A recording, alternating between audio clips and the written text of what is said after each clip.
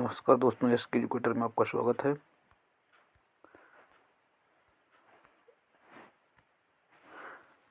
मध्य प्रदेश का राजपत्र असाधारण प्राधिकार से प्रकाशित है। क्रमांक 92, भोपाल, शुक्रवार, दिनांक 21 मार्च 2025, फागुन 30, 1946। स्कूल शिक्षा विभाग, मंत्रालय, वल्लभ भवन, भोपाल, दिनांक 21 मार्च 2025 की स्थिति में प्रभावित किया गया है। क्रमांक है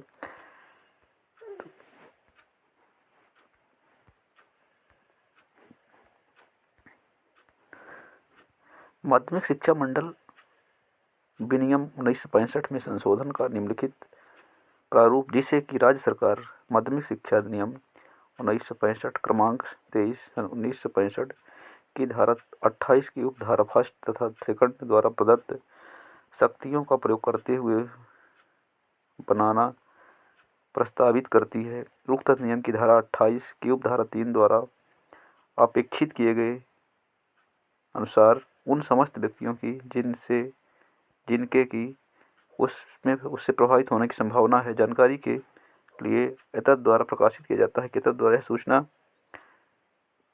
दी जाती है कि इस सूचना के मध्य प्रदेश राजपत्र में प्रकाशित होने की तारीख 15 दिवस का अवकाश होने पर संशोधन के उक्त प्रारूप का विचार किया जाएगा।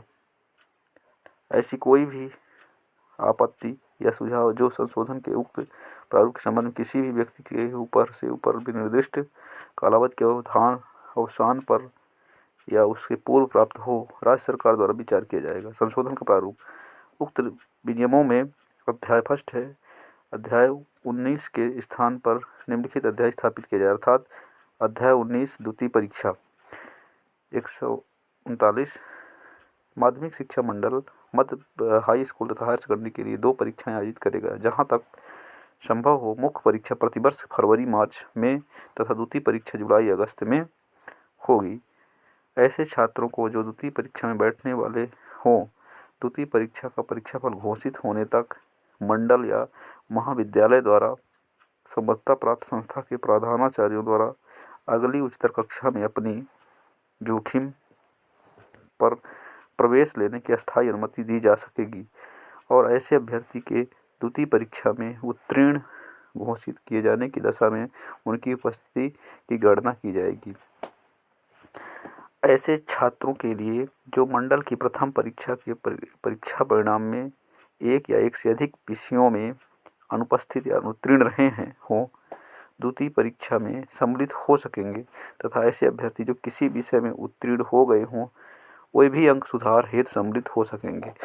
अर्थात राजपत्र स्पष्ट दे चुका है कि 2 बार परीक्षा दे सकता है स्टूडेंट किसी भी कारण से, और उसको एक सत्र में 2 बार दे सकता है और परीक्षा का लाभ ले सकता है। तीसरा पॉइंट है 141 नंबर का कि प्रथम परीक्षा में उत्तीर्ण रहे छात्र भी एक या एक से अधिक विषयों में द्वितीय परीक्षा में सम्मिलित होने हेतु पात्र होंगे।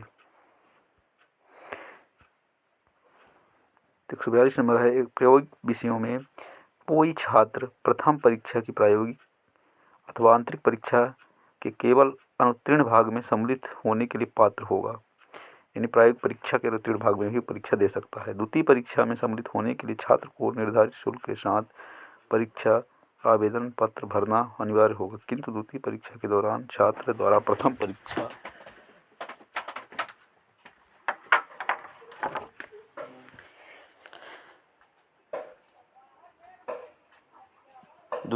में सम्मिलित होने के लिए छात्र को निर्धारित शुल्क के साथ परीक्षा आवेदन पत्र भरना अनिवार्य होगा, किंतु द्वितीय परीक्षा के दौरान छात्र द्वारा प्रथम परीक्षा में लिए गए विषय परिवर्तन की अनुमति नहीं दी जाएगी।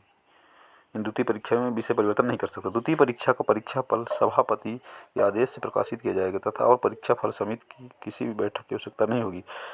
145 है, ऐसे छात्र जो मंडल की द्वितीय परीक्षा में बैठे हों, अंकों की पुनर्गणना के लिए मंडल के प्रावधानों के अनुसार आवेदन कर सकेंगे। माध्यमिक शिक्षा मंडल समय समय पर द्वितीय परीक्षा के संबंध में विस्तृत निर्देश परीक्षा की समिति के अनुमोदन से जारी कर सकेगा। अध्याय 26 में विनियम 197 में मदघा में शब्द पूरक के स्थान पर द्वितीय स्थापित किया जाए। इन द्वितीय परीक्षा उसमें डायरेक्ट मार्कशीट में भी लिखा रहेगा।